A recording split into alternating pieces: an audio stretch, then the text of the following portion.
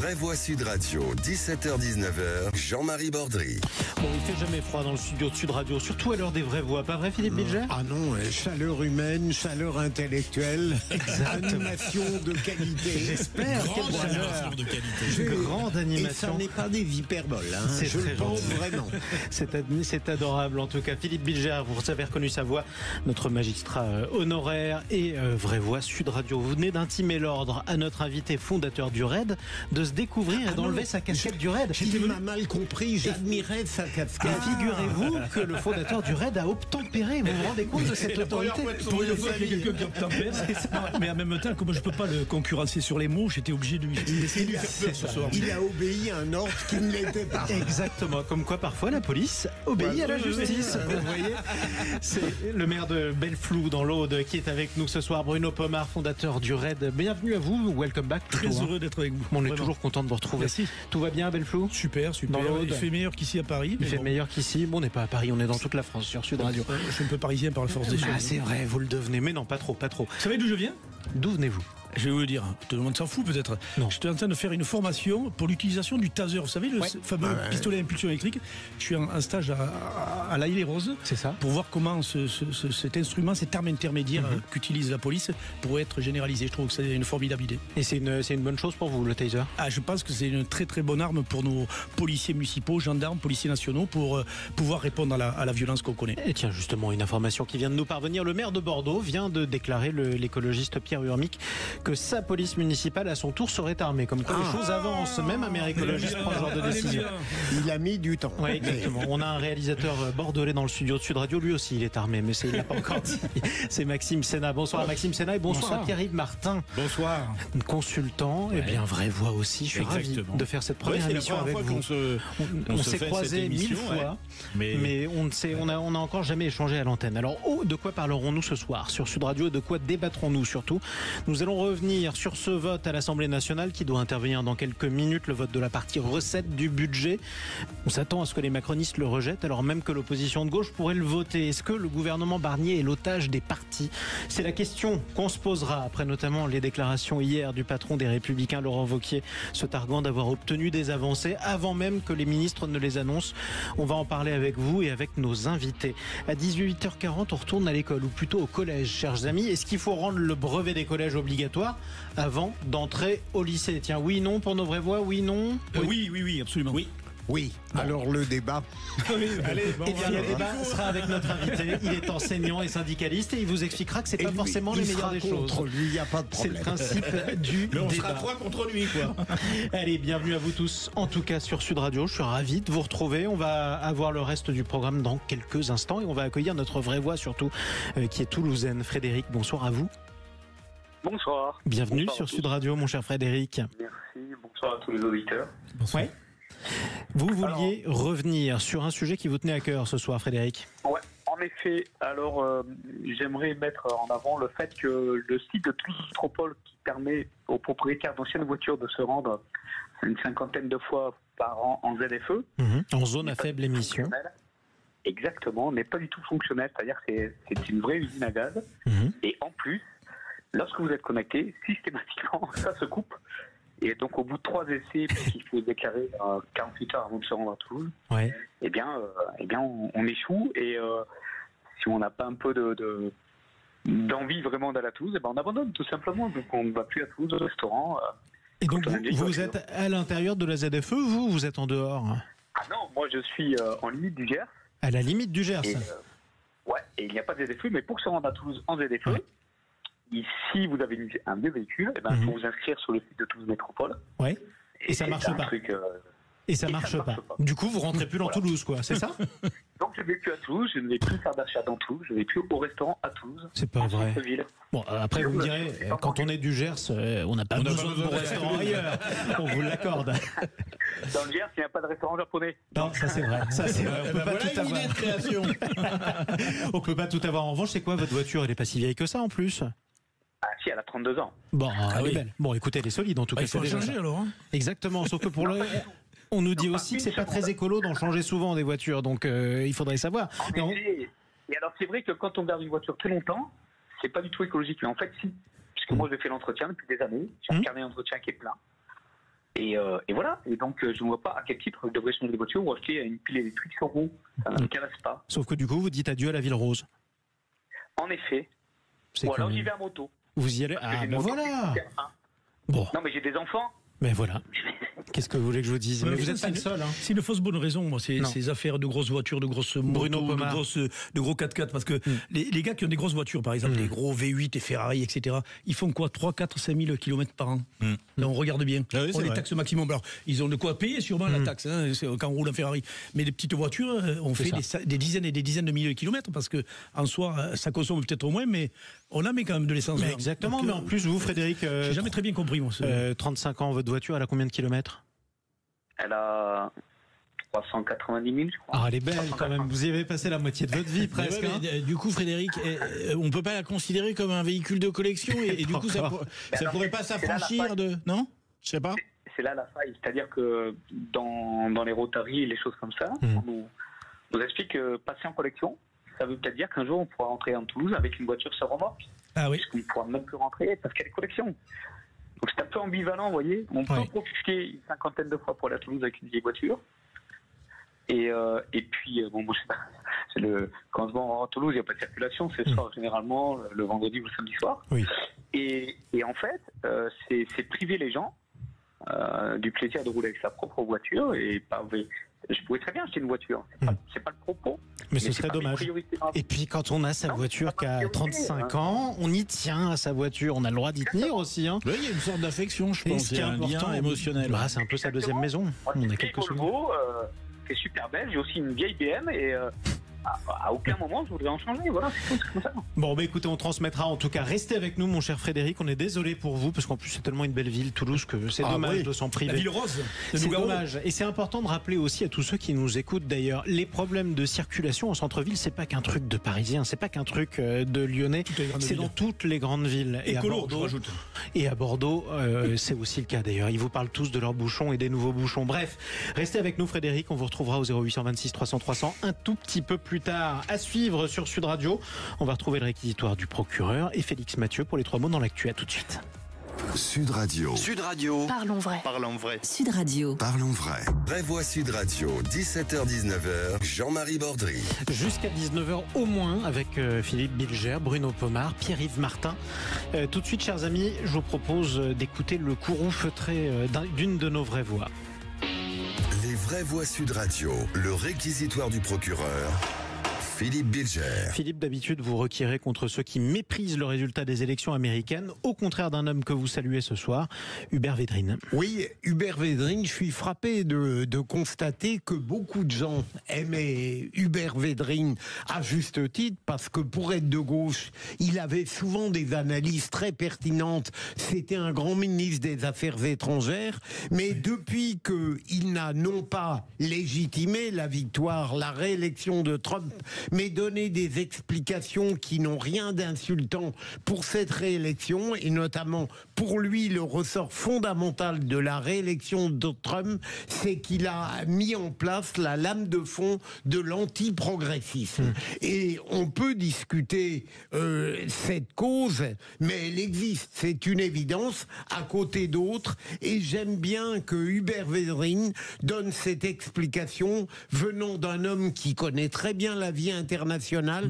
et qui surtout ne tombe pas dans la condescendance et dans le mépris à l'égard d'une réélection, mon Dieu, dont beaucoup souhaiteraient bénéficier du triomphe qu'elle a apporté. Et du coup, qu'est-ce qu'il voit derrière cette lame de fond antiprogressiste? C'est quoi l'antiprogressisme pour vous? C'est-à-dire que, alors c'est l'anti-wokisme, bien sûr. Parce que ça, c'est large. C'est, je dirais, c'est, me semble-t-il, tout ce qu'on peut inscrire dans la pensée conservatrice. Une pensée à la fois de proposition et de résistance. Quand j'entends ça, mon Dieu, je me dis, je suis très heureux à un niveau infiniment modeste de me situer dans cette voie. Effectivement. Pierre-Yves Martin. Ouais, en fait, à cela s'ajoute peut-être également, Philippe, ce sujet d'évocation de l'Amérique. Il ne s'agit pas de tenir des propos pro ou anti-Trump, mais par rapport à la vice-présidente des États-Unis, il a fait un choix du genre masculin, déjà, c'est le premier élément. Et le deuxième élément, c'est que il a toujours parlé concrètement de ce qu'il voulait faire de l'Amérique et non pas d'un ensemble de communautés. Et c'est certainement aussi ça qui peut expliquer une bonne transversalité. Et puis, il a beaucoup de défauts. Enfin, moi, je lui en reconnais beaucoup, mais je dois reconnaître que, en termes de communication, il a une vraie sensibilité extrêmement aiguisée.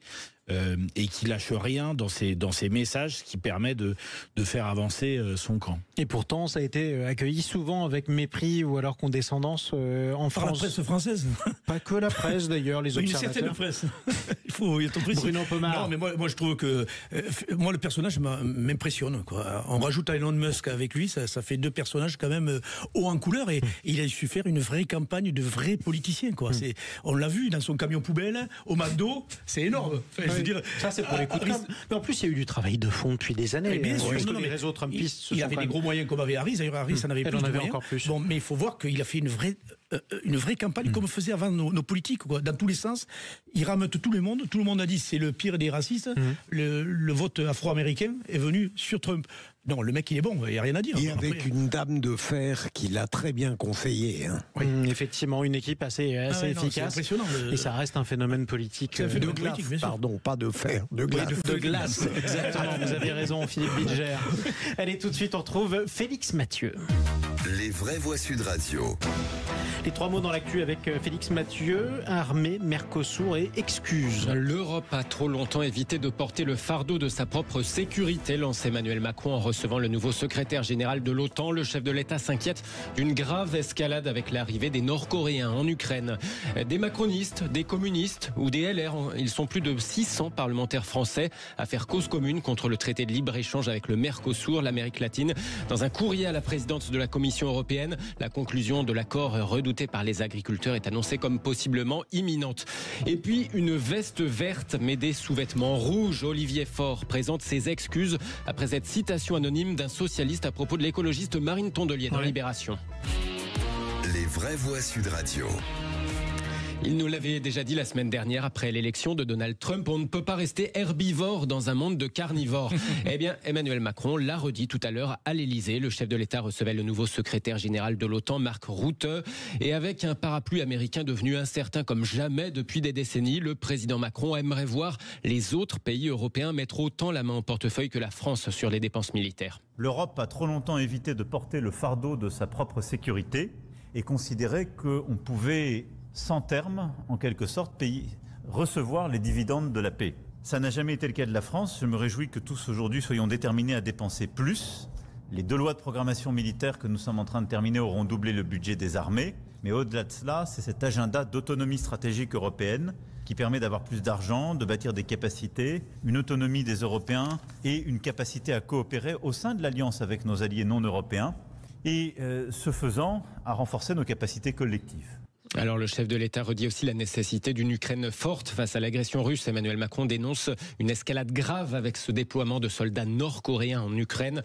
De son côté, Mark Rutte appelle lui aussi les Occidentaux à en faire plus pour soutenir les Ukrainiens. Effectivement, on a quand même l'impression que rien n'a changé depuis 2017. Après tout, Emmanuel Macron avait déjà Donald Trump à la Maison-Blanche. Oui, et il disait la même chose. Il disait la même chose et apparemment il a participé à un colloque où il va disserter, sur le futur de l'Europe. Il est très doué pour disserter, notre président. Mais ce qui m'intéresse, c'est la personnalité de Mark Rutte, qui n'est pas un mou et qui a dit que si Trump lâchait l'Ukraine pour aller vite, eh bien, il l'exclurait immédiatement de l'OTAN. Effectivement, sauf qu'il n'y aura personne pour soutenir l'Ukraine si jamais Trump la lâche. Parce que globalement, les Européens ne sont pas capables de prendre le... Mais il faut voir qu'au niveau militaire, quand même, on a perdu un temps. Il y a peu de temps, c'est le cas de dire, la loi d'orientation militaire où on a voté près de 413 milliards, c'est pas rien, pour rattraper le temps perdu, c'est-à-dire 20 ou 25 ans de... C'est Cambon, le sénateur Cambon d'ailleurs, qui a fait voter cette loi. Il était temps qu'on fasse quelque chose, mais à quand une véritable armée européenne? Moi je pose aussi la question, quand on voit tout ce qui se passe dans le monde, on n'y arrivera jamais. Enfin à mon sens, je pense pas qu'on y arrivera. Pierre-Yves Martin. Oui, je suis assez d'accord, enfin, que l'on parle de défense ou de fiscalité ou de commerce, on a vraiment en Europe beaucoup de difficultés à créer les conditions pour commencer à construire quelque chose. Oui, mais enfin, tout le monde est d'accord pour dire ça, mais vous accepteriez un ministre de la Défense allemand, par exemple, qui donnerait des ordres ou des directives à une armée française, à des soldats français? Il faut le consensus. À un moment donné, il faut avancer, quoi. Oui, mais je crois que c'est pas possible. Je suis tout à fait d'accord. La guerre, c'est fini. Oui, mais et puis, sur 2-3 fonctions régaliennes, je pense que justement il pourrait y avoir un consensus sur 2-3 fonctions clés, se mettre d'accord et qu'il y ait un monsieur Europe sur tel ou tel sujet. Ouais. Il faudrait déjà que les Allemands et les Français se mettent d'accord sur le reste. Et pour l'instant, c'est difficile même sur les choses civiles. Mais c'est intéressant. Oui, mais sur un sujet régalien comme la sécurité et la défense, je pense que c'est pas de l'économie, c'est vraiment quelque chose d'important compte tenu de tout ce qui se passe dans le monde. Je crois que c'est important de. Allez, je vous propose un deuxième mot dans l'actu. On fera un débat sur l'Europe. Vous avez raison.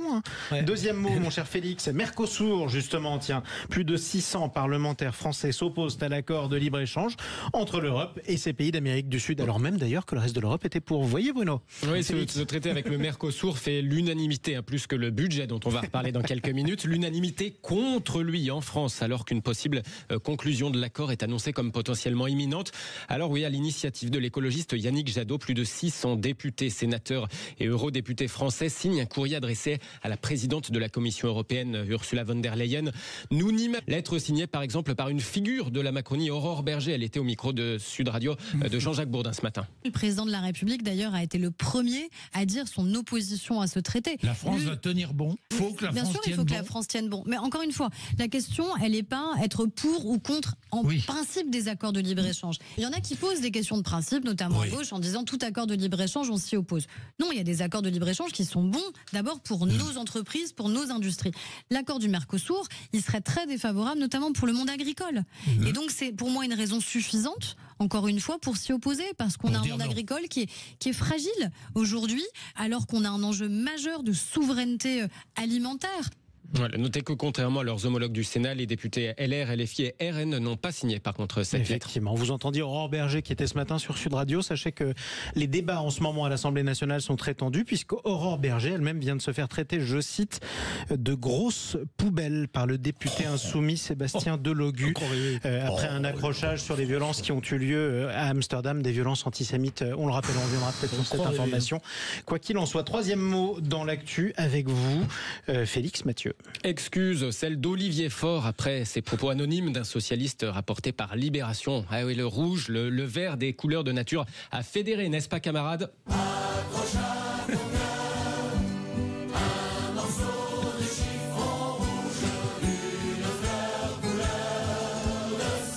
Je pense que Philippe Bilger chantait ça quand il était petit. Sauf que ces propos anonymes d'un socialiste rapportés par Libération hier ont bien du mal à passer. Je cite, Marine Tondelier fait le boulot pour LFI, elle a une veste verte, mais ses sous-vêtements sont rouges. Bon, finalement, c'est la version, vous savez, en plus sexiste de la vieille métaphore de la pastèque, telle qu'appliquée aux écologistes, verte en extérieur, rouge à l'intérieur, mais plus sexiste. Donc, d'où cette colère d'Olivier Faure, qui voit rouge, pardonnez-moi. Le premier secrétaire du PS tweet, je le cite, le courageux anonyme pourra trouver sa place au panthéon du sexisme. Pas de ça au Parti socialiste. Ce parti a fait du féminisme son combat. Chère Marine Tondelier, mes excuses pour ces propos parfaitement inappropriés. Voilà, c'est vrai que c'est du jamais vu, n'est-ce pas, un tel sexisme au PS, à part sans doute le fameux « qui va garder les enfants » à propos de Ségolène Royal en 2006-2007. Ça, c'était Laurent Fabius, si je me souviens bien. Ça avait été attribué à Laurent Fabius. Alors que c'est une analyse purement politique, c'est pas parce qu'on parle des sous-vêtements qu'on tombe. Ça, c'est le sexisme. Mais de quelle couleur sont les vôtres, Philippe Bilger ? Les miens, je sais même pas. Ils sont gris.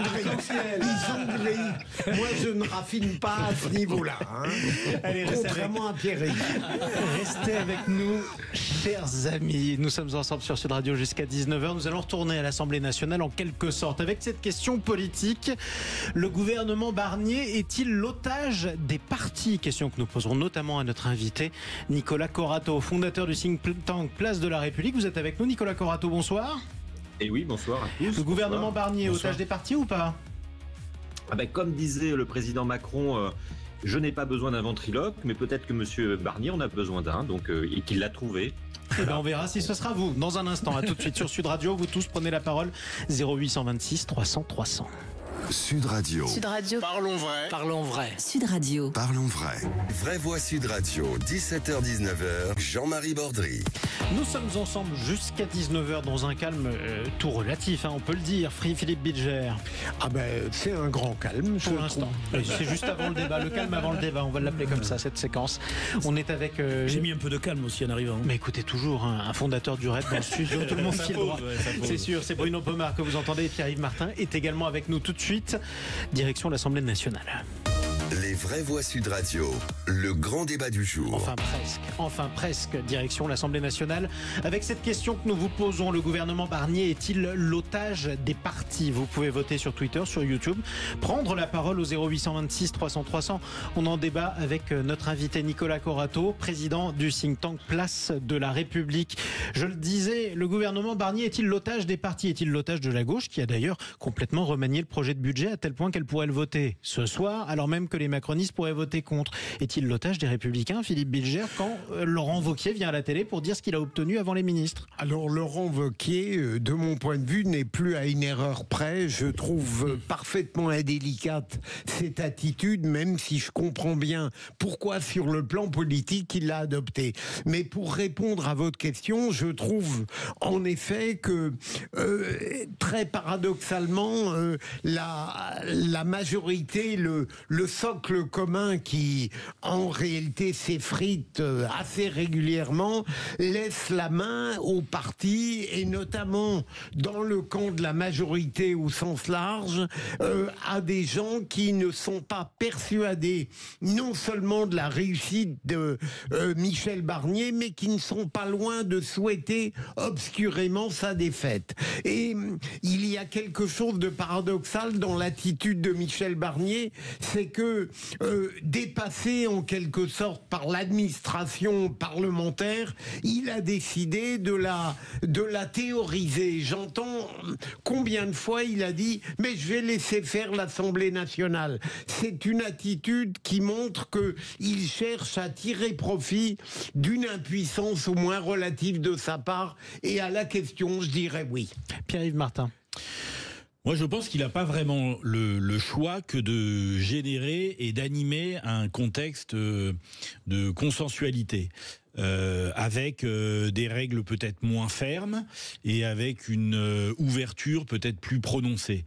J'ai entendu également que il fallait soigner l'ego de Monsieur Wauquiez en lui permettant une tribune valorisante, démontrant qu'il gardait peut-être un petit pouvoir, une petite influence, notamment par rapport à son grand ami ministre de l'Intérieur, qui lui a vivement réussi le casting du gouvernement. Je pense qu'il y a pas pour rebondir sur le sujet, Philippe, du Parlement, du rôle du Parlement, de ce qu'on peut en attendre. On est dans un régime hyper présidentiel, sauf que là, le président, il n'est pas hyper fort. Et je me dis que c'est peut-être intéressant de la part de Michel Barnier d'essayer de faire vivre un début de trajectoire politique, notamment avec des interactions parlementaires, même si tout le monde s'accorde à dire que finalement c'est un jeu de dupes, personne n'a réellement le pouvoir, et donc du coup tout le monde est obligé de manœuvrer sans savoir exactement où l'on va. Bruno Pomar. Ouais, personne ne dispose de majorité, quoi. Il y a trois blocs, gauche, droite et puis le bloc central, là, on ne sait plus où on en est. Après, il y a la lutte des égos. Quand c'est pas Bayrou, on l'entend plus en ce moment, Bayrou, il va pas tarder à revenir, on lui a donné un peu à manger encore. Wauquiez, on ne sait pas ce qu'il fait depuis des années. Il est à sa région là-bas. À un moment donné, on s'est dit il va devenir Premier ministre. Après, bref, on ne sait pas où il est. On ne sait pas ce qu'il veut. C'est le patron du parti Les Républicains. Mais maintenant on sait où il est. Oui, maintenant, mais il a navigué pendant un moment sans savoir où il allait. Et je crois que Barnier, il est au milieu de cette espèce de naufrage qu'on est en train, dans lequel il essaie de s'en sortir. Alors, c'est vrai que l'arrivée de Retailleau a quand même donné du boost à ce gouvernement, parce que Retailleau a cette politique très à droite, il faut le dire, qui plaît bien au Rassemblement national. D'ailleurs, Bardella, je ne sais pas si vous avez entendu, Bardella est assez content de voir que Retailleau est prêt à prendre des décisions très fortes, entre autres sur les problématiques d'immigration en particulier. Donc ça, c'est une chance en même temps, peut-être pour Barnier, de s'approprier peut-être un peu les forces du Rassemblement national pour des votes bien particuliers, sur des dossiers bien particuliers. Nicolas Corato, notre invité. Imaginons que ce soir, le budget soit voté par la gauche et rejeté par la majorité présidentielle. Vous boiriez du petit lait? Non, parce que moi je souhaite du bien à mon pays et j'ai envie que la France se dote d'un budget. Donc je suis comme tous les citoyens qui attendent des décisions depuis trop longtemps maintenant. Hein. Je rappelle que ce budget, il a quasiment 1 mois et demi de retard sur ce qui était prévu en termes de calendrier et que c'est une première inédite dans l'histoire de la Ve République. Vous parliez d'un Premier ministre en otage. Vous savez, j'aime pas trop. Et puis on a un ancien du RAID sur le plateau, donc je pense qu'il faut qu'on fasse attention aux mots qu'on choisit, mon cher Jean-Marie. Je dirais que, pour reprendre l'expression de Madame Le Pen, il est sous surveillance. Vous vous souvenez, c'est ce qu'elle a annoncé le soir même de la nomination de Monsieur Barnier. Ce gouvernement, il est sous surveillance et il est sous multiples surveillances. Il est sous multiples surveillances de ses ennemis, mais aussi de ses amis. Et je pense que M. Wauquiez a voulu rappeler gentiment, mais fermement, la forme de surveillance qu'il entendait mener par rapport à ce qui se passe à l'intérieur de ce gouvernement, peut-être aussi un peu gêné par la surface médiatique du ministre de l'Intérieur, M. Retailleau, qui tend à éclipser un tout petit peu le leadership que M. Wauquiez aimerait exercer sur sa propre famille politique. Une famille politique qui ressemble à une cabine téléphonique. Hein. Il y a les Républicains aujourd'hui, on le rappelle, depuis le départ de M. Ciotti, c'est devenu un club et non plus un parti politique. Mais bizarrement, dans le jeu des institutions, ce parti politique a réussi à rafler Matignon. Donc, cette situation qui n'a ni queue ni tête, comme vous l'a rappelé un de vos participants, un de vos intervenants, génère institutionnellement ce genre de paradoxe, c'est-à-dire qu'en fait, c'est un patron d'un parti illégitime, je parle de M. Wauquiez, au sein de son propre parti, qui vient annoncer des arbitrages. Et là où je trouve qu'on frise le ridicule, c'est que cet arbitrage sur l'indexation des retraites n'est pas aussi formidable que ça, y compris pour les retraités, puisqu'on comprend qu'ils n'auront qu'une indexation que la moitié d'une moitié de l'année. Je ne vois absolument pas l'intérêt de M. Wauquiez d'aller sur ce terrain-là, à part à prouver qu'effectivement, il soutient, comme la corde le pendu, un gouvernement ultra minoritaire. Et dans toute cette situation, ça se passe en ce moment même, et ça vient de nous parvenir, l'Assemblée nationale rejette donc le volet recettes de ce projet de budget, ce qui signifie que la prochaine étape, ce sera le texte dans la version initiale du gouvernement, donc moins les hausses d'impôts décidées par notamment la gauche, qui ira au Sénat avec une majorité de droite. Voilà la prochaine étape. Donc en gros, on va se retrouver à nouveau avec un budget plus à droite que celui qu'on avait ce soir, Philippe Bilger. Voilà, c'est pas moi qui m'en plaindrai, mais si vous le permettez, Jean-Marie, j'aimerais demander à Nicolas Corato, à votre avis, Nicolas, Michel Barnier, en tant que Premier ministre, aurait-il eu la possibilité d'une autre politique à l'égard de ses partis à l'Assemblée nationale? Est-ce que, en affirmant avec plus de clarté et plus de résolution son rôle de Premier ministre, est-ce qu'il n'aurait pas pu comment dirais-je, éviter que son autorité soit discutée en permanence par des factions et des coteries? Vous savez, Philippe, c'est vous l'homme de lettres, mais je crois qu'il y a un dicton qui dit qu'on ne sort jamais de l'ambiguïté sauf à son détriment. Alors c'est Mitterrand ou c'est le cardinal de Retz? Voilà, l'un ou l'autre, mais ce sont deux personnages assez proches finalement, l'un et l'autre. Et je pense que effectivement, M. Barnier n'a pas du tout intérêt à sortir de l'ambiguïté, voire même à continuer à ménager cette forme de confusion, de brouillard sur ses intentions, notamment sur l'orientation macroéconomique de son gouvernement. Personne ne sait exactement où est la boussole. Ce budget tangue méchamment. Mais je pense que Michel Barnier agit ici en politique et pas en homme d'État. Et je sais pas un reproche dans ma bouche. Je veux dire, il est obligé de ménager les uns et les autres, quitte à obtenir un budget qui sera paradoxal. Et c'est bien ce que nous allons payer collectivement, quelles que soient les orientations politiques retenues. Je dis à droite comme à gauche, nous allons payer, nous citoyens, un budget qui n'aura pas d'effet positif sur l'économie et dont nous pouvons espérer qu'il ait le moins d'effets négatifs sur les jours et les mois qui viennent, que ce soit pour les entreprises ou pour les contribuables. 0826 300 300, on retourne quelque part entre Toulouse et le Gers. Retrouvez Frédéric qui est avec nous. Mon cher Frédéric, vous voyez le volet recettes du budget qui a été rejeté largement par les députés, qui ne sont donc pas d'accord. Qu'est-ce que ça vous inspire ? Moi, ça m'inspire le peu d'amour de la France qu'ont tous ces gens-là. C'est-à-dire que il n'y a pas de volonté de droite, de gauche, du centre de vouloir sortir la France de l'ornière. Il n'y a pas de consensus, il n'y en aura pas malheureusement. Et Michel Barnier, pardon, malheureusement, il est à la taille d'un énorme fusible, quoi. Et quand on sera vraiment au fond du trou, il sera trop tard. C'est-à-dire que l'État est déjà très faible. On a préféré donner de l'argent plutôt que de laisser de la force à l'État. Et on en paye les conséquences tous les jours, en sécurité, en éducation, en santé. Tout ce qui était important, toutes les tâches régaliennes ont été passées à la moulinette pour le plaisir de quelques agences d'État qui font doublon avec les ministères et les administrations centrales. Ça coûte un argent fou.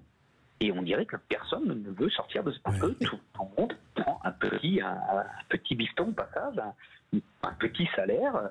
Il y a tellement eu de gens qui sont sortis des grandes écoles, qui sont par ailleurs formidables, comme Polytechnique, qui n'avaient pas de job. Et on a créé ces agences d'État pour faire plaisir à tous ces gens qui sont certes brillants, mais qui sont malheureusement trop nombreux. En tout cas, on paye aussi à court terme et immédiatement l'absence de majorité à l'Assemblée nationale. Ce que dit monsieur est très juste. Quand on voit dans les administrations centrales le nombre de hauts fonctionnaires que vous avez, vous allez me dire c'est un détail sur un budget de l'État, mais c'est une cata. On n'imagine même pas la gabegie d'argent qu'il y a, et on le voit d'ailleurs dans les collectivités. Moi, je suis maire d'un petit village. Les collectivités, les doublons, tout ce qu'on a fait avec les communautés de communes, les départements, les régions, sur décision des maires d'ailleurs et des élus locaux. Oui, mais ça c'est pour nourrir tout le monde.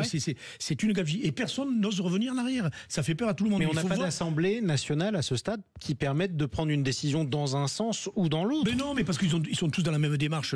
C'est du clientélisme, j'appelle ça. Et ce que disait le monsieur tout à fait avant, il avait tout à fait raison. C'est qu'on balance du pognon dans tous les sens, et on le met pas où il faut.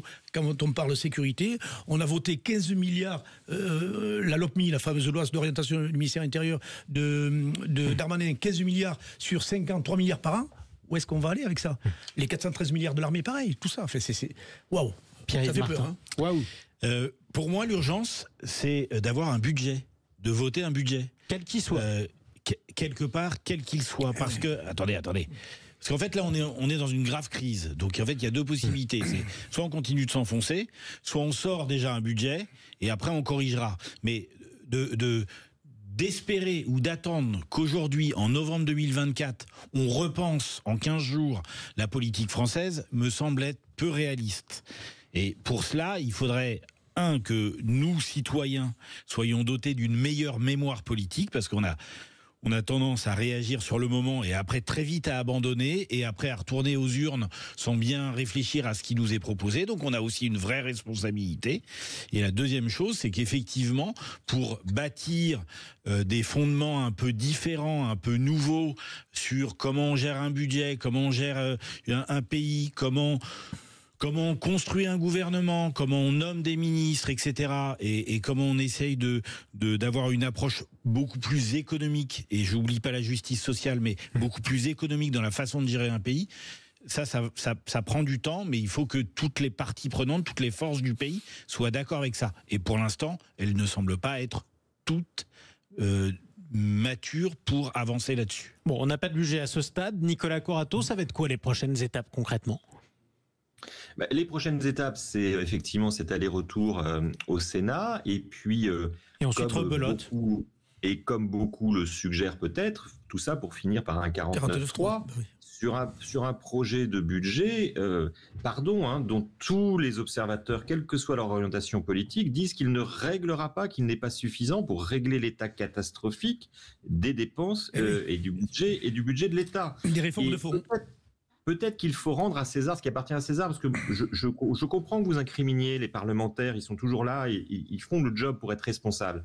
Mais maintenant qu'on a le film à l'envers, quand même, celui qui savait que la crise budgétaire était devant nous, voire même qu'elle était présente, qui a pris la décision de rajouter à la crise budgétaire une crise institutionnelle, avec le risque qui s'est avéré réalisé, que les institutions ne soient pas capables et ne soient pas en état de répondre à la crise budgétaire, c'est une responsabilité au carré qui finit quand même de nous interroger sur la capacité d'homme d'État de celui qui a pris cette décision. Parce qu'aujourd'hui, si nos institutions ne soient pas en état de régler la crise budgétaire, c'est qu'on les a mises en état de ne pas être en état. Pardon d'être un peu... Vous ferez mieux comme formulation, Philippe, mais vous avez compris. Non, mais le on à qui vous faites allusion, c'est Emmanuel Macron, Philippe Bilger. Non, mais moi, je suis totalement d'accord avec Nicolas sur la responsabilité initiale et suprême de cette catastrophe. On l'oublie, peut-être. Les autres doivent se débrouiller avec un désastre qui a été créé par un président. Cela étant dit, sans défendre qui que ce soit, il n'y avait pas plus de majorité avant la dissolution qu'il y en avait après, à peine plus, et le budget serait tombé de toute façon. Et à l'époque, en plus, les Républicains refusaient tout compromis, ce qui n'est plus le cas aujourd'hui. Oui, mais les Républicains ont mis du temps pour comprendre certaines choses. Mais tout de même, avant, mon cher Jean-Marie, on n'avait pas de majorité, enfin, absolue, mais on avait moins d'agitation politique. C'est clair, c'était nettement plus calme. Bon, prochaine étape, on verra ça avec vous, Bruno Pomar. Pour mieux gouverner, il faut une bonne proportionnelle. Hein. C'est ce que veut le RN. Hein.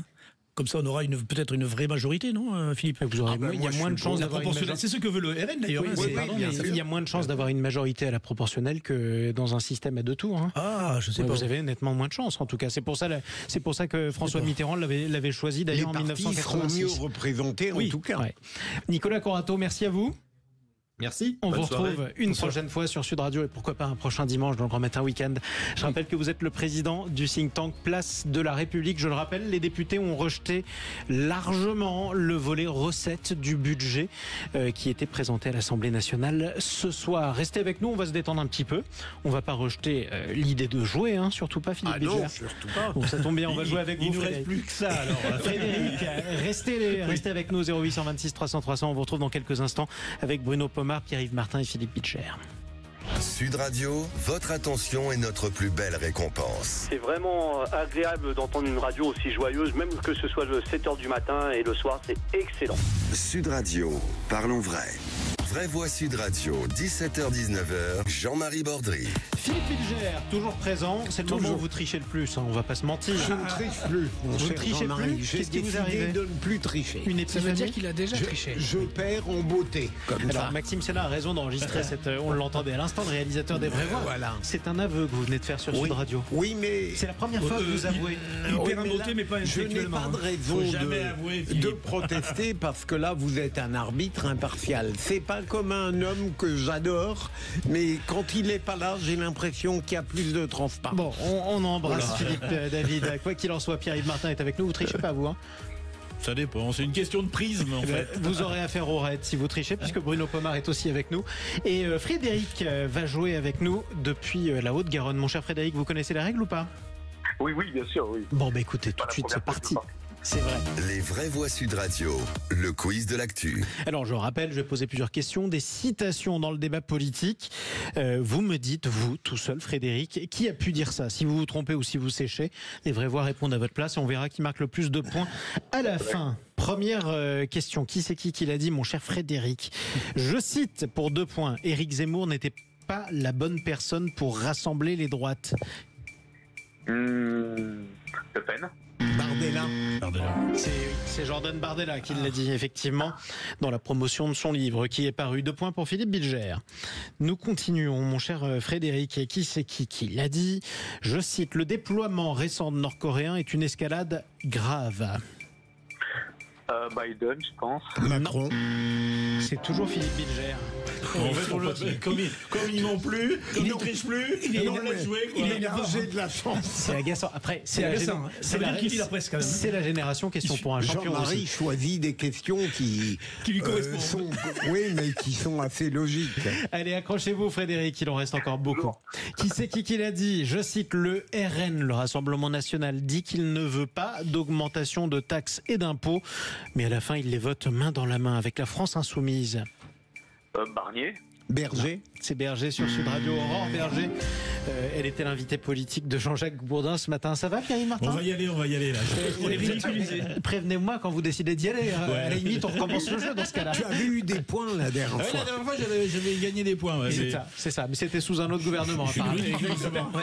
On était plutôt dans la 4e République. Bon, le raid aussi est largué, apparemment. Ridiculisé, ça s'appelle. Bon, c'est pas terminé encore. On va se refaire. Mais revenez avec un taser, ce sera plus simple. Merde. Allez, Frédéric, accrochez-vous, il en reste encore, mais c'est seulement pour 2 points. Allez, qui c'est qui l'a dit? Je cite, c'est très rapide. Ce n'est pas comme ça qu'on gère la France. Sandrine Rousseau. Toujours pas Sandrine Olivier Rousseau. Faure. Non plus. Bompard. Non. Wauquiez. Non, c'est à droite. À droite. Sarkozy. Non plus. C'est pas Zemmour? Non. C'est pas. Bardella. Alors, je vais vous aider. Je vais vous donner un exemple, un indice, et on verra qui répond en premier. Si je vous dis debout. Vous l'avez trouvé. Dupont. Et du Toujours pas. Toujours pas. C'est Valérie Pécresse. Mais enfin, vous avez oublié l'art oratoire de Valérie Pécresse quand elle avait dit debout. Philippe me déçoit. C'est pas grave. Non, mais elle était assez nulle, mais j'avais oublié ça. À ce point-là. Voilà. Continuons, Frédéric. Allez, un point. Qui c'est qui l'a dit? Je cite, les enseignants travaillent beaucoup dans des conditions difficiles. Sarkozy. Non. Il a dit plutôt il a dit si je peux me permettre. La ministre Jeunet, peut-être. Oui, c'est la ministre de l'Éducation. Sauf que vous n'avez pas laissé Frédéric répondre, donc je ne vous accorde pas le point. J'ai suivi le mauvais exemple du raid. Continuons, c'est pas grave. 2 points. Qui c'est qui l'a dit? Je cite, l'équipe d'Israël est la bienvenue. Le président. Lequel? Le nôtre, Macron. Sarkozy. C'était l'autre. Voilà, c'était celui d'avant. Nicolas Sarkozy. 2 points pour le RAID quand même. Mais ça tombe bien parce que pour ce match, on risque d'avoir besoin de vous malheureusement. Mais, alors, il faut savoir que le RAID va assurer la sécurité de la délégation. C'est bien ce que je disais. 4009 Exactement. Exactement. Continuons. Une dernière question. Allez, on peut encore pour 2 points. Le pronostic vital de l'agriculture française est aujourd'hui engagé. Qui a pu dire ça, Frédéric? Le ministre de l'Agriculture, peut-être. Non. Le président de la FNSE. Non plus. Il a dû le penser, mais c'est pas. Non plus. C'était Jordan Bardella. Vous l'avez placé 2 fois alors. Oui, vous l'avez placé 2 fois. Visiblement, il est vicieux. Voilà. C'est vrai. Bon, visiblement, il est apprécié. Je ne sais quoi vous dire, mon cher Frédéric. Je suis navré pour vous. Ça n'est pas très grave. Bon, écoutez, je crains que vous ne soyez Fanny, comme on dit. Effectivement. Bon, écoutez, 0 pointé. Bravo. De tout cœur avec vous, Frédéric. Enfin, 2 points. Ça fait un 3 émissions. 2 points pour le RAID. 2 points en 3 émissions. C'est ça, les premiers points au classement du RAID pour Bruno Pomar. Pierre-Yves Martin, je vous félicite pas? Ben non, mais c'est par collaboration, sympathie. Oui, vous avez l'esprit de collaboration, c'est bien. Il a dit en même temps que moi d'ailleurs. Bon, bravo à Philippe Bilger. Vous avez au moins 5 points, je pense. 8, exactement. 8. Vous voyez, j'ai dit au moins. Bon, oui, 8 points. D'après l'arbitre vidéo. On ne peut jamais rivaliser avec Philippe Bilger. C'est énervant. Non, c'est vrai. Mais c'est très énervant. Avec Jean-Marie, j'ai de la chance. Revenez avec votre taser, Bruno Pomar. Vous y arriverez la prochaine fois. Ce sera plus ça. Vous n'aurez même pas besoin de vous en servir. Vous n'aurez même pas besoin de vous en servir. Il aura trop peur de répondre. La dissuasion, voilà. Ça c'est resté avec nous. Merci beaucoup, Frédéric. Bon courage à vous. Désolé pour Toulouse. J'espère que vous pourrez y rentrer à nouveau et que l'application de la zone de faible émission de la ville de Toulouse finira bien par marcher pour que vous puissiez entrer avec votre voiture au moins une fois au moins 50 fois par an. Voilà, bon courage à vous. Allez, restez avec nous sur Sud Radio, la deuxième heure des vraies voix. On va retourner au collège. Faut-il rendre le brevet des collèges obligatoire pour entrer au lycée? Oui, répondent nos vraies voix. Non, répondent les enseignants. On verra ça après le journal. Sud Radio. Parlons vrai. Parlons vrai. Sud Radio. Parlons vrai. Sud Radio. Parlons vrai. Les vraies voix Sud Radio, 17h-19h, Jean-Marie Bordry. Deuxième heure des vraies voix avec Philippe Bilger. C'est drôle d'ailleurs, vous recommencez à sourire. Une énergie, c'est vrai, cher Jean-Marie. Je vais essayer de la garder, c'est gentil. Je vous ai réveillé, c'est ça? Non, non, mais ça nous donne du punch pour la seconde heure. Eh bien écoutez, c'est très bien, ça me fait plaisir en tout cas d'être avec vous. Un compliment décidément. J'ai toujours adoré. Quand vous êtes là, je deviens bienveillant. Alors quand vous n'êtes pas là, si vous saviez ce qu'il dit, c'est vrai. En même temps, il nous a mis une déculottée tout à l'heure. Ah, c'est vrai. Bah, écoutez, il faut avouer. Quelques points d'écart. Oui, mon cher Philippe, il faut avouer. On est toujours, on est toujours bienveillant quand on vient de gagner, c'est normal. Bah oui. On est de bonne humeur. Oui. Moi, quand je perds, je suis très mauvaise humeur. C'est bien, c'est bien. Nos trois vraies voix que je ne présente plus, donc Philippe Bilger, Pierre-Yves Martin et Bruno Pomar. Tiens, Bruno Pomar, ça va vous parler. Vous êtes quand même un ancien du RAID, un des fondateurs. On va parler d'une proposition d'un sénateur pour lutter contre l'argent sale, plafonner les paiements en espèces. C'est une proposition qui est à l'ordre du jour au Sénat. Elle est contestée par beaucoup de sénateurs. On en parlera avec notre invité dans quelques minutes. Mais avant ça, on écoute le répondeur de Sud Radio. Oui, bonjour à tous. Juste une petite remarque dans le cadre de l'émission concernant le trafic de drogue, la lutte contre le trafic de drogue. Moi, je suis Philippe, infirmier dans un CHU sur Montpellier, et je suis quand même très étonné. Alors certes, on parle de répression, y compris maintenant en particulier à l'égard des consommateurs, mais qu'est-ce que vous faites de la prévention et surtout de la prise en charge? On parle bien de consommateurs qui sont addicts à une drogue. Est-ce qu'on aurait l'idée de mettre en prison ou de condamner des consommateurs d'alcool? Qu'est-ce qu'on fait en gros en termes donc de prévention pour ces usagers? Et puis surtout, ce sont quand même des malades, accessoirement. Alors, merci, au revoir. Mais merci à vous surtout d'avoir laissé ce message au 0826 300 300. Ce débat sur le trafic de drogue, en tout cas la consommation qui explose en France manifestement, c'est vrai qu'on parle moins souvent du volet curatif. Philippe oui, Bilger. mais Jean-Marie, il y a une différence essentielle. L'alcool n'est pas un délit, hein, la drogue l'est. Alors ensuite qu'on s'occupe des usagers qui se servent du cannabis, par exemple, parce qu'ils ont une vraie difficulté d'être, pas du tout pour multiplier, je fais rêver mes amis, les facultés sexuelles, là, c'est autre chose. Ça vous fait rêver, Bruno Pomar? Ah ben oui, totalement. C'est mon mentor. J'imagine. Non, mais c'est un vrai sujet. Mais de toute manière, regardons l'alcool. Hein. Il y a beaucoup plus de morts avec l'alcool et le tabac qu'avec le cannabis. C'est bête à dire ce que je dis peut-être, mais c'est la vérité. C'est parce que l'alcool et le tabac sont légaux et que par conséquent davantage à consommer. C'est pour ça qu'il faut se poser les bonnes questions. Ceci dit, si on consommait autant de cannabis qu'on consomme de tabac en France, peut-être qu'il y aurait énormément de morts du cannabis et qu'on n'aurait pas le même débat dessus. 5 millions de consommateurs, 1 million d'addicts, enfin de consommateurs vraiment réguliers, 5 millions qui consomment de temps à autre, ça fait quand même beaucoup de monde. Vraie question à Pierre-Yves Martin, de notre auditeur sur le 0826 300 300. Mais c'est vrai quand on aborde les sujets de répression, de plan anti-drogue, on évoque peu ou pas du tout la responsabilité du consommateur et du coup on a c'est vrai l'impression que en termes d'action publique, il n'y a pas grand-chose qui est imaginé. Je ne sais pas si c'est pour faire de la prévention, mais c'est aussi pour répartir l'énergie pour lutter contre ce fléau de la drogue, côté dealer, mais aussi côté consommateur. Il y a peut-être un début, je ne sais pas, d'hypocrisie, peut-être, je ne sais pas. Il y a en tout cas un manque de transparence vis-à-vis du consommateur final. Oui, effectivement, on en reparlera. Vous tous qui nous écoutez, 0826 300 300, laissez vos messages sur le répondeur de Sud Radio. Vous voyez, les vraies voix les écoutent et en plus, elles en débattent. Allez, restez avec nous, on va se retrouver dans un instant. Toujours de l'argent sale, qui vient souvent de la drogue d'ailleurs. Lutter contre l'argent sale, est-ce que plafonner davantage les paiements en espèces serait une bonne idée? On en parle avec notre invité, c'est ce qu'il pense en tout cas. C'est le sénateur PRG de l'Hérault, Christian Billac. A tout de suite sur Sud Radio. Sud Radio. Sud Radio. Parlons vrai. Parlons vrai. Sud Radio. Parlons vrai. Oh, arrête. Les vraies voix Sud Radio, 17h-19h, Jean-Marie Bordry. Avec Philippe Bilger, Pierre-Yves Martin et Bruno Pomar. Tiens, vous êtes plutôt adepte du paiement en liquide ou vous payez presque plus en liquide, Philippe Bilger? Moi, je paye très peu de choses. Vous payez rien? Non, tout vous est offert. J'utilise les cartes bleues. J'ai rarement d'argent sur moi. Pas d'argent, Philippe. Je suis comme François Mitterrand. J'ai pas un rond. Mais on m'invite pas forcément. Chirac, c'était pas le même cas, pareil. Oui, c'est vrai. C'est vrai. Pierre-Yves Martin et Bruno Pomar, vous êtes avec nous aussi. Tout de suite, on parle de l'argent en liquide. Les vraies voix Sud Radio. Faut-il durcir davantage les règles encadrant les paiements en liquide? Oui, dit en substance notre invité Christian Billac. Bonjour. Oui, bonjour. Soyez le bienvenu sur Sud Radio. Vous êtes sénateur radical de gauche de l'Hérault. Vous avez déposé une proposition de loi pour plafonner davantage et encadrer les paiements en espèces. Ça irait jusqu'à 1 000 €, c'est ça?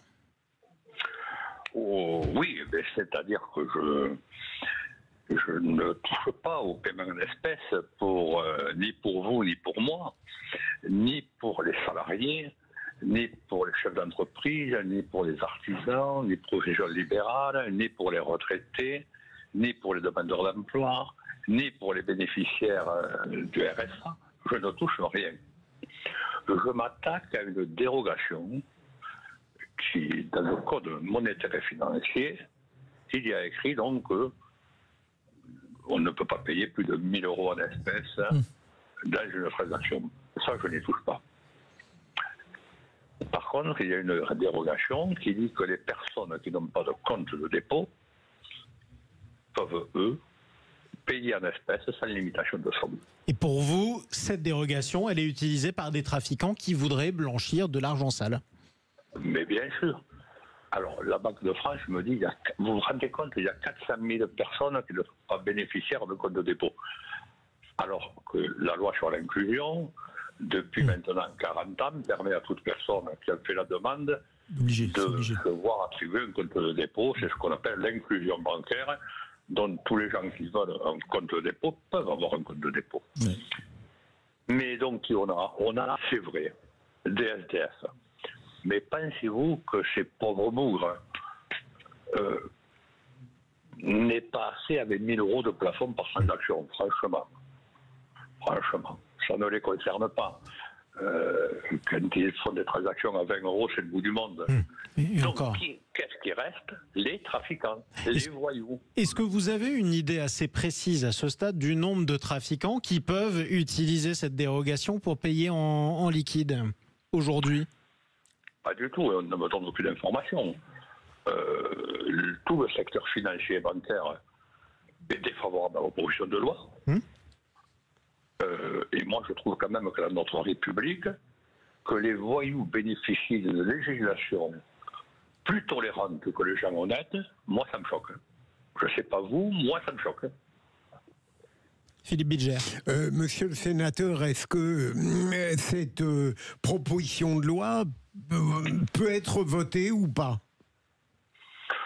Je suis assez pessimiste, étant donné l'hostilité, encore une fois, de tout le milieu financier. Et d'un certain nombre de vos collègues sénateurs d'ailleurs, qui se sont penchés sur le sujet et qui ont fait part de leur opposition à ce projet, dans la mesure où il poserait davantage de problèmes qu'il n'en résoudrait. Qu'est-ce que vous leur répondrez? Je leur réponds que l'argent n'a pas d'odeur. Et donc?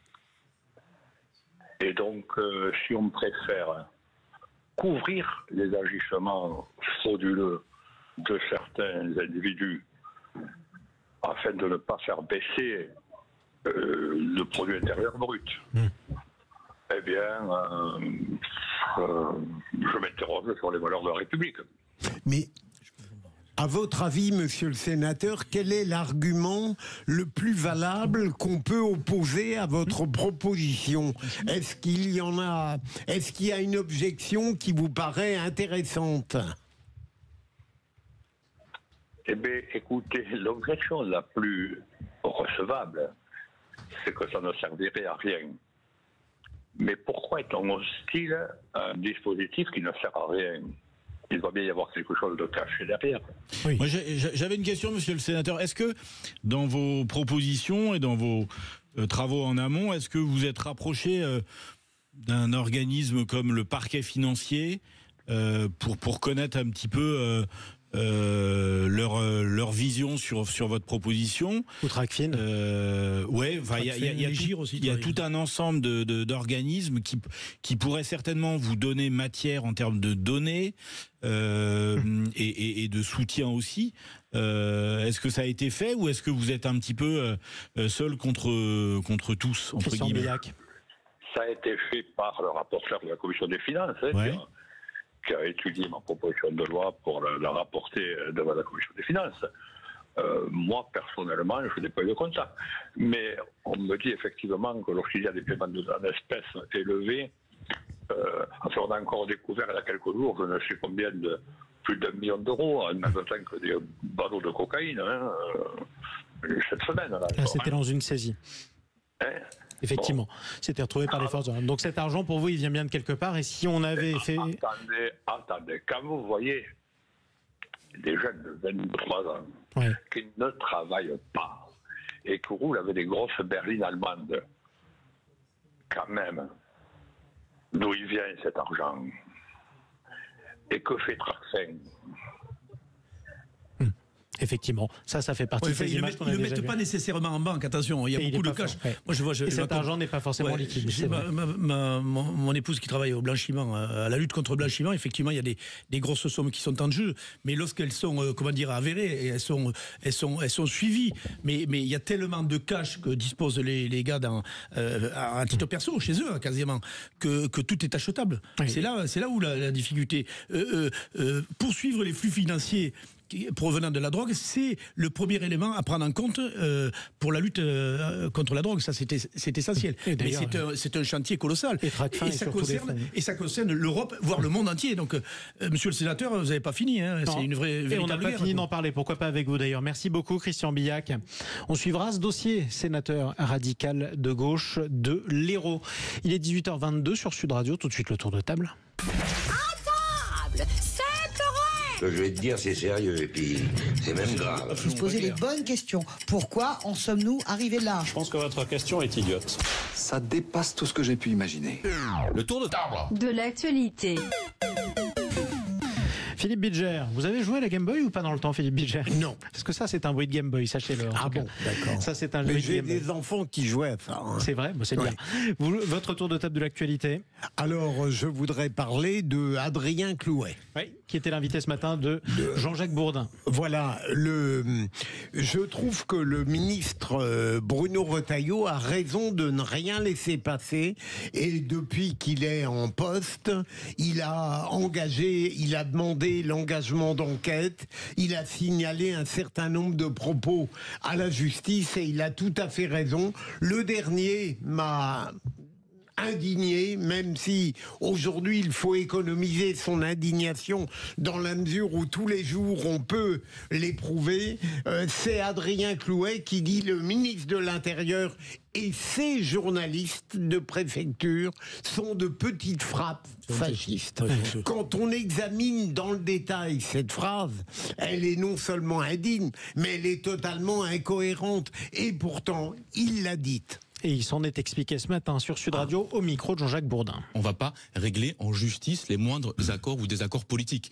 Quelqu'un qui parle de français de papier, c'est-à-dire qui hiérarchise en reprenant l'idéologie et les termes des mouvements d'extrême droite des années 30. Lorsqu'on s'estime hostile à l'état de droit, c'est lui-même qui l'a dit, je pense que tout cela constitue une partie importante en France de la matrice fasciste. Si on y croit vraiment, oui, on est fasciste. S'il croit réellement à ce qu'il dit, et qui sont les journalistes de préfecture? Parce que je n'ai pas très bien compris. Celles et ceux qui suivent les campagnes de diffamation de M. Retailleau. Généralement, ils sont quasiment tous issus de l'Empire Bolloré, et à chaque fois que M. Retailleau désigne un ou une députée d'un vadique public, vous avez CNews et le JDD derrière qui enchaînent et se ruent dessus pour essayer de l'abattre symboliquement sur les réseaux sociaux. Bon, on notera qu'il a justifié le terme fasciste, mais pas celui de petite frappe. Oui, bon, tout ça. Ils sont dans l'outrance en permanence. Oui, et quand, si on fait le CV de l'un et de l'autre de ce garçon et de Retailleau, qui a une carrière politique, il doit avoir certes des défauts, ce monsieur, mais il a quand même une carrière politique, quoi. Il sait de quoi il parle. Ses engagements politiques datent pas d'hier, comme on dit, et ces jeunes députés qui sont dans l'outrance en permanence, quoi. Ils sont même pas dans le débat, ils sont dans l'insulte systématique des gens qu'ils affrontent. Pierre-Yves Martin. Oui, je suis complètement d'accord. Tout cela manque de maîtrise et d'intelligence. Bon, écoutez, on va en reparler. La suite du tour de table dans quelques instants. Bruno Pomar, on va parler d'eux. Alors, Retailleau qui voudrait engager, alors on n'entend plus trop parler, que les militaires encadrent les jeunes délinquants. On y reviendra. Et vous, Pierre-Yves Martin? Les plans sociaux. À tout de suite sur Sud Radio. Sud Radio. Sud Radio. Parlons vrai. Parlons vrai. Sud Radio. Parlons vrai. Les vraies voix Sud Radio, 17h-19h, Jean-Marie Bordry. Avec Pierre-Yves Martin, Bruno Pomar et Philippe Bilger. Dans quelques minutes, on retourne au collège. Faut-il rendre le brevet des collèges obligatoire pour ceux qui entrent au lycée? C'est ce qu'on verra avec notre invité. Mais tout de suite, le tour de table. Le tour de table tout de suite avec Bruno Pomar. Visiblement, M. Bilger n'a pas l'air d'être très intéressé par l'émission. Bon. Si, il envoie des SMS. Et je vais vous prouver le contraire. Il est en train de tweeter qu'il est très content. Pas vrai, Philippe Bilger? Absolument, voilà. Vous nous dites que Pomar est formidable. Surtout, dites-nous quand on vous dérange. On vous laisse terminer votre SMS tranquille. Pas du tout. Et je croyais que ça n'allait pas reprendre si vite. Et je le pose et j'écoute avec une attention. Je vois que vous avez du mal à finir ce message. Bruno Pomar. C'est quand même très étonnant. J'espère qu'il justifiera notre écoute. Ce qui est drôle, c'est que dans quelques minutes, on met la pression à chaque fois parce qu'il ne faut pas que je dérape dans les mots, etc. C'est exactement ça, mais dans quelques minutes, on va parler du collège avec un prof. Ah, ça va être bien. Vous auriez été exclu de cours pour ça, Philippe Bilger. Même aujourd'hui, aujourd'hui, non, il n'aurait pas été exclu. Mais je parlais du prof. Non, bien sûr. Bruno Pomar. Oui, moi, vous savez que je suis un passionné de tout ce qui concerne la jeunesse, parce que je suis beaucoup investi là-dedans avec mon association. Et Retailleau a émis l'idée, qui n'est pas nouvelle d'ailleurs, parce que Ségolène Royal l'avait dit il y a quelques années, même quelques dizaines d'années en arrière, de permettre à l'armée d'encadrer les jeunes les plus difficiles compte tenu du contexte et tout ce qu'on connaît avec les violences urbaines, les rixes et puis les trafics de drogue, enfin tout ce qu'on, malheureusement notre société est plombée par toutes ces problématiques. Bref, alors l'idée en soi serait pas mal, mais je pense pas que ce soit les militaires qui puissent le faire. D'abord parce que j'ai déjà vécu un projet comme ça avec eux, même s'ils ont des compétences avérées, les militaires. Je pense pas que les militaires eux-mêmes puissent travailler sur ces sujets-là. Il faut savoir que les structures qui encadrent normalement les jeunes le font, on appelle ça la protection judiciaire jeunesse, le fait depuis bien longtemps, le fait avec beaucoup de difficultés. Moi, je le fais et je les aide à travers mes dispositifs avec mes policiers pour aider des jeunes à se réinsérer dans la société. C'est pas quelque chose de tout à fait évident, compte tenu encore une fois du niveau de violence qu'on connaît chez les jeunes, du niveau d'inculture des jeunes. Enfin, vous savez que lorsqu'on n'a pas les mots, et Philippe Bilger pourrait le dire bien mieux que moi, eh bien, à un moment donné, quand on peut se défendre avec les mots, on se défend avec les poings. Et c'est un véritable problème pour notre société. Et je pense que l'idée, et c'est une fausse bonne idée en fait, parce que les militaires seraient beaucoup plus efficaces, à mon sens, pour renforcer la police nationale dans tout un tas de missions, comme ils le font avec le Sentinelle, par exemple. Je pense qu'ils auraient plus un rôle à assurer là-dedans, en nous aidant à travailler sur les quartiers où on a le plus de difficultés, c'est-à-dire se réapproprier ces quartiers pour assurer de la sécurisation. Voilà, je pense que l'idée en soi est pas bête, mais je pense pas que ce soit vraiment le rôle des militaires de faire de l'encadrement de la jeunesse. Alors on rappelle d'ailleurs à ceux qui nous écoutent, vous êtes un ancien du RAID, le fondateur même. Oui. Le RAID, c'est la police nationale, c'est pas les militaires. Au contraire du GIGN, vos homologues du GIGN. Pierre-Yves Martin. Je suis assez, rapprochez-vous du micro. Je suis assez rassuré par ton propos, parce que quand j'ai entendu le titre de ta chronique, je pensais que tu étais pour. Ah oui. Et du coup, ça m'inquiétait un peu parce que je voyais pas trop dans quel cadre on pouvait avancer. Et donc du coup, je me voilà rassuré. Je trouve, en fait, je comprends pas qu'on soit pas en capacité de définir des plans plus durables autour de l'animation, l'encadrement de la jeunesse, des différents corps de la population, et que comme on est à court d'idées, on soit obligé d'appeler au dernier bastion qui représente l'armée. Qui peut, il y a un petit côté c'est un vieux réflexe depuis la fin du service militaire d'en appeler à l'armée. Quand les quartiers vont mal, on veut envoyer l'armée, Philippe Bilger. Oui, alors non seulement j'ai écouté Bruno Pomar, mais je suis d'accord avec lui. Je craignais qu'il nous fasse un peu dans l'humanisme, le jeunisme, mais heureusement là, et j'attache une grande importance à son opinion tout de même, mais il est parfaitement... Non, mais il est parfaitement placé pour la donner. Quel homme, effectivement, vous avez raison. C'est un véritable sujet et on est totalement en perdition, au même titre qu'on l'est avec l'éducation nationale d'ailleurs. On en discutera tout à l'heure. On va en parler dans 5 minutes. C'est un véritable sujet de prendre en charge la jeunesse. Pierre-Yves Martin. Eh bien moi, ce soir, je voulais vous parler des plans sociaux. Depuis quelques semaines, il y a un début d'affolement, fondé d'ailleurs, autour de la situation que rencontrent de plus en plus d'entreprises, et notamment de plus en plus d'entreprises industrielles. Donc c'est pas nouveau, ces plans sociaux, ces craintes, ces perspectives de plans sociaux. Il y a un effet cyclique dans toute économie.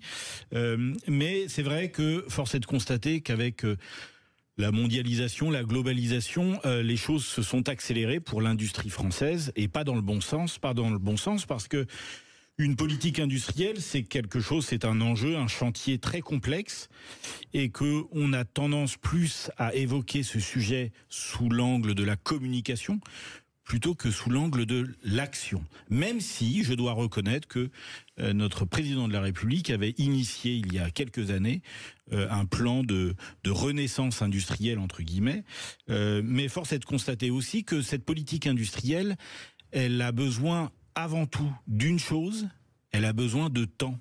Et que toute action politique est faite dans la précipitation et que ce qui est décidé aujourd'hui sera remplacé dans 2 ans, 3 ans, et que pour reconstruire une industrie française forte et rayonnante sur le monde, il faut du temps. Il faut du temps pour travailler au niveau des territoires, pour travailler au niveau des positionnements, des compétences, et que ça, le temps, c'est ce qu'il y a de plus sacré. Et puis enfin, en termes de solutions, quand on se dit mince, l'industrie française est en train de retrouver des signaux de souffrance et de douleur, que peut-on faire? Est-ce que l'Europe peut faire quelque chose?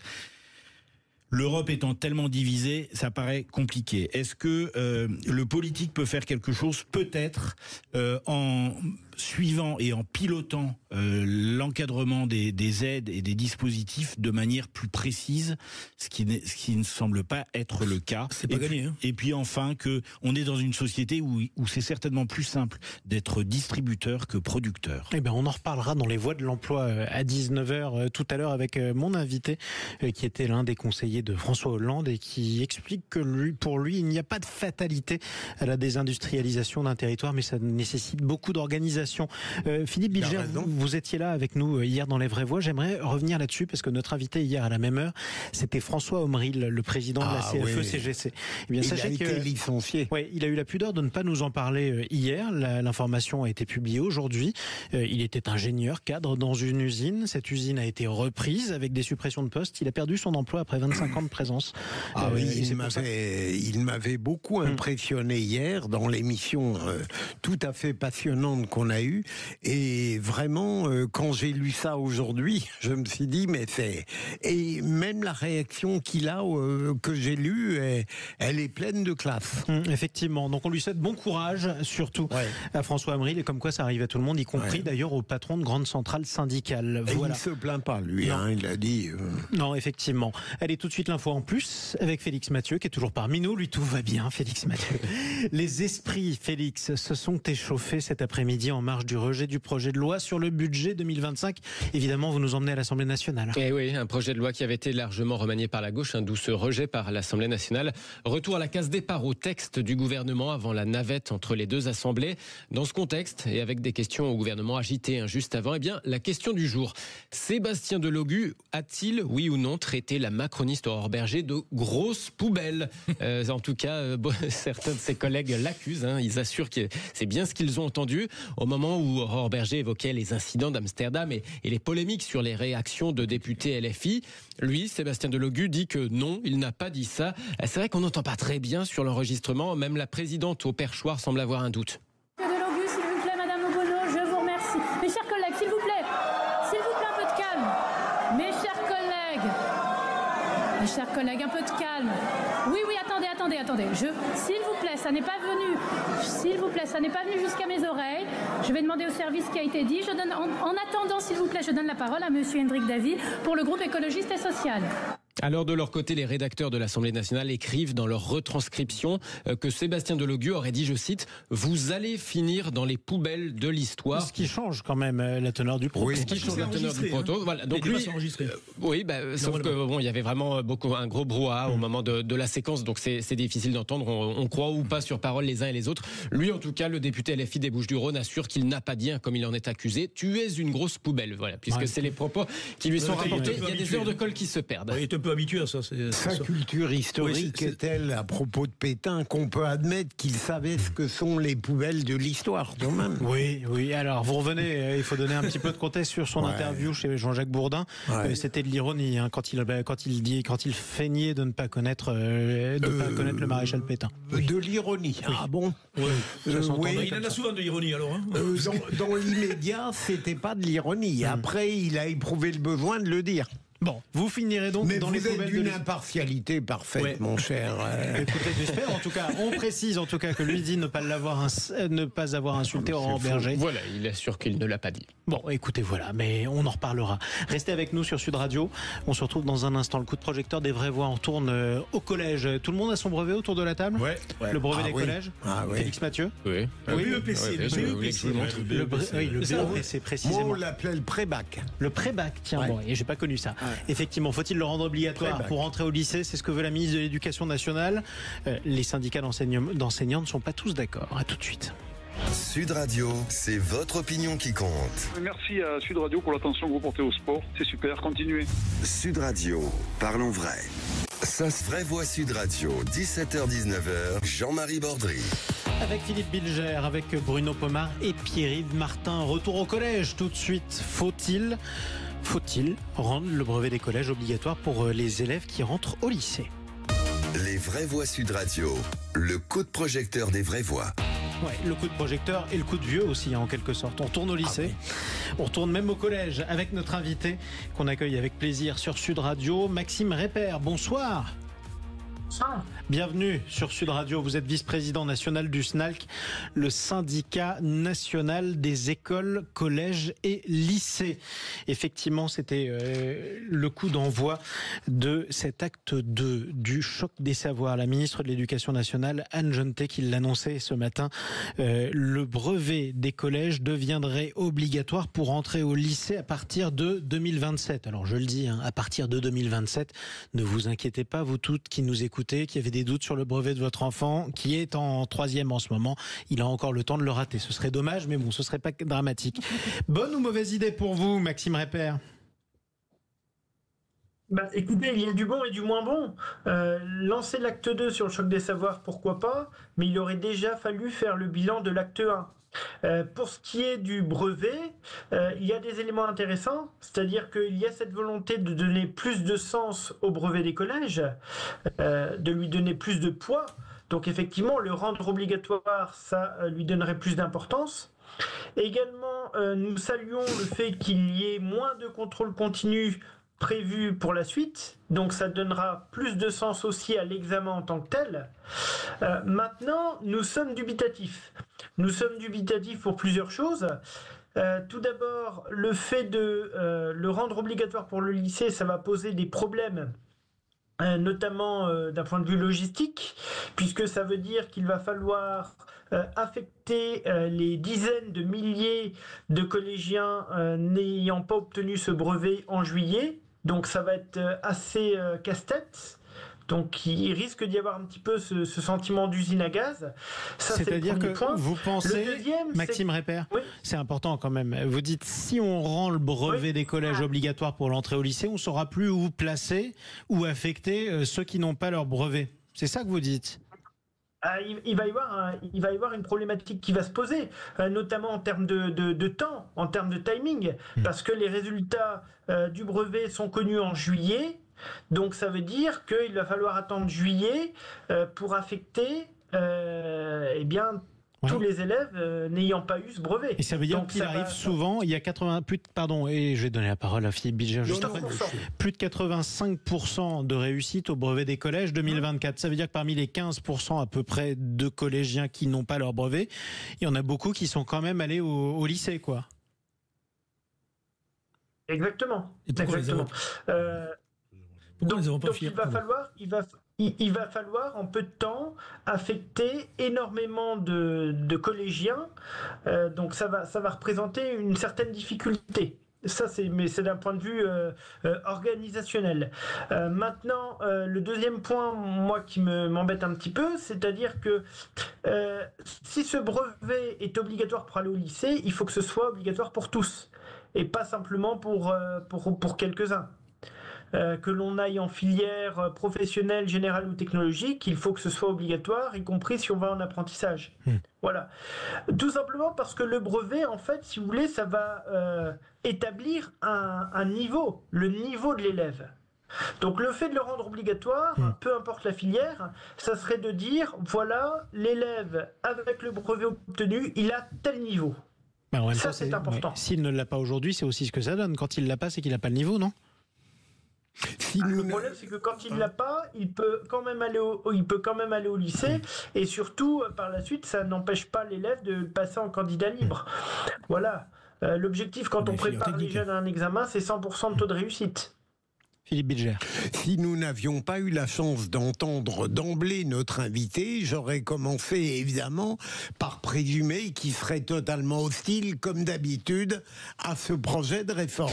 Et je constate. Mais notre invité me semble relativement nuancé et objectif, puisque j'ai cru comprendre que vous ne trouviez pas l'obligation du brevet pour passer en seconde, de le réussir comme une mauvaise idée.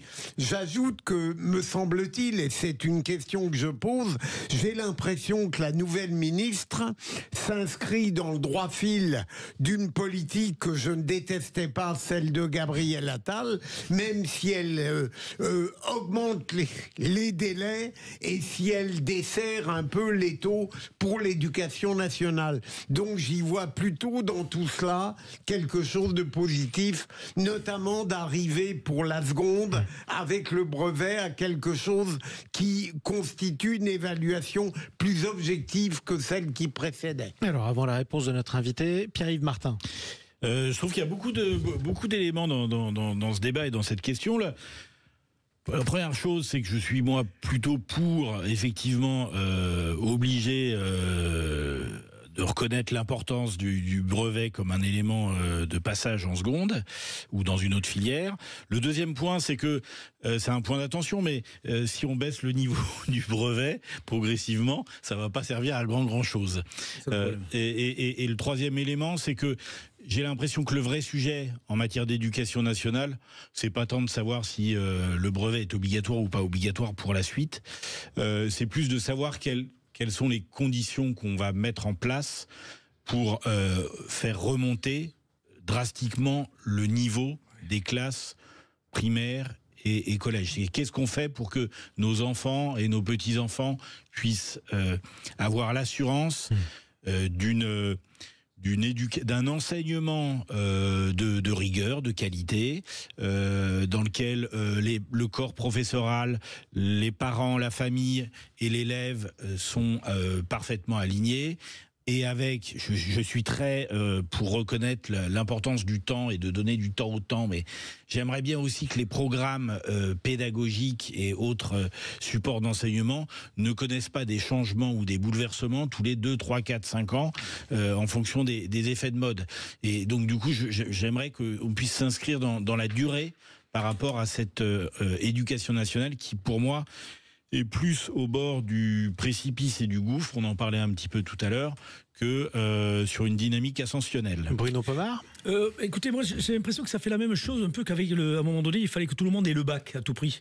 Et il y a plein de gens qui n'ont pas le niveau pour avoir le bac. Alors j'ai l'impression que j'ai peur que ce brevet, ça soit un peu la même chose pour dire, tiens, on a des jeunes qui sont à ce niveau. Alors moi je vais vous parler de mon cas, parce que j'ai une expérience de l'école, j'ai pas fait de brillantes études comme Philippe Bilger, et j'ai fait un BEP de comptable, et figurez-vous que moi, l'éducation nationale, au lieu de m'encourager, peut-être parce que j'avais pas aussi le niveau, attention, mais on m'a axé, on m'a dit, toi t'es pas assez doué, je me rappelle, ça date de 1981, j'ai 64 ans. Ça marque ces phrases, hein. Oui, alors je ne suis pas terrorisé, je vous rassure, j'ai fait une psy, ça va mieux.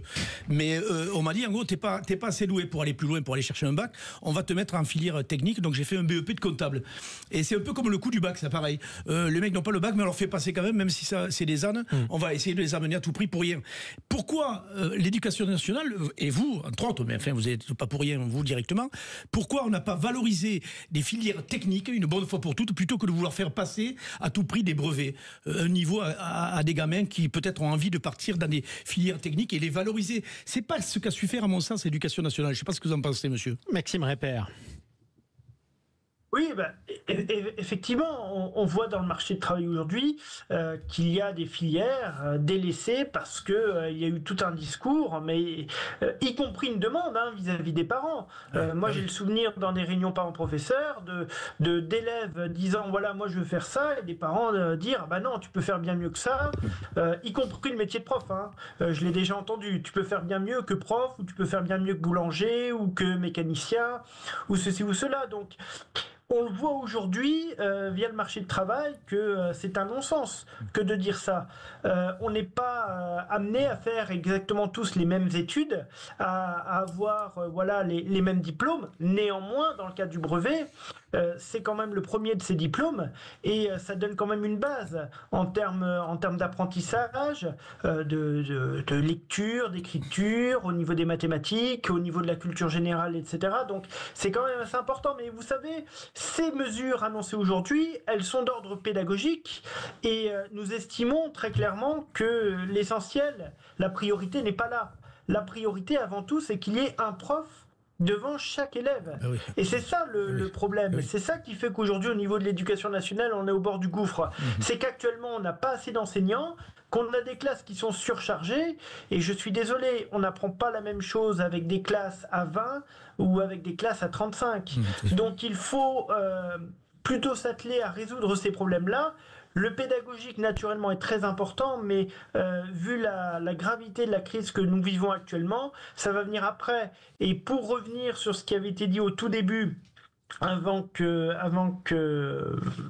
je puisse reprendre la parole. Oui, effectivement, initialement dans la question du choc des savoirs, il y a des éléments très intéressants, notamment par rapport à l'autorité. Le problème, c'est qu'entre les discours et la mise en application, il y a eu un gouffre abyssal et qu'aujourd'hui, ce qui a été fait est un immense gâchis et ce choc de savoir est tout sauf un choc. Qu'est-ce que vous répondez Qu'est-ce que vous répondez à l'ancien président de la République, Nicolas Sarkozy, qui a dit ce week-end qu'on n'avait pas les moyens d'avoir autant d'enseignants ? Je pense tout simplement que cette personne n'a pas les compétences, n'a pas le regard pour pouvoir s'exprimer sur la réalité du terrain. Vous savez, il y a des études, y compris au niveau ministériel, qui sont sorties, et j'invite d'ailleurs M. Sarkozy à lire cela. Dans ces études, il était quand même estimé qu'un enseignant travaillait en moyenne 42 heures par semaine. Alors effectivement, c'était pas 35 heures, mais c'est quand même au-delà de 35 heures. Et je vais vous dire, si les enseignants ne travaillaient que 6 mois par an, on n'aurait pas de difficulté, entre guillemets, à recruter. Aujourd'hui, essayez de trouver une personne pour pouvoir devenir prof, qui devient de plus en plus un métier à risque. Donc voilà, je veux dire, je vais pas jouer sur les stéréotypes, je sais de quoi je parle, je connais la réalité du terrain, n'en déplaise à certains. Un mot, Philippe Bilger. Je trouve en effet la phrase de Nicolas Sarkozy que je ne connaissais pas, elle est absurde.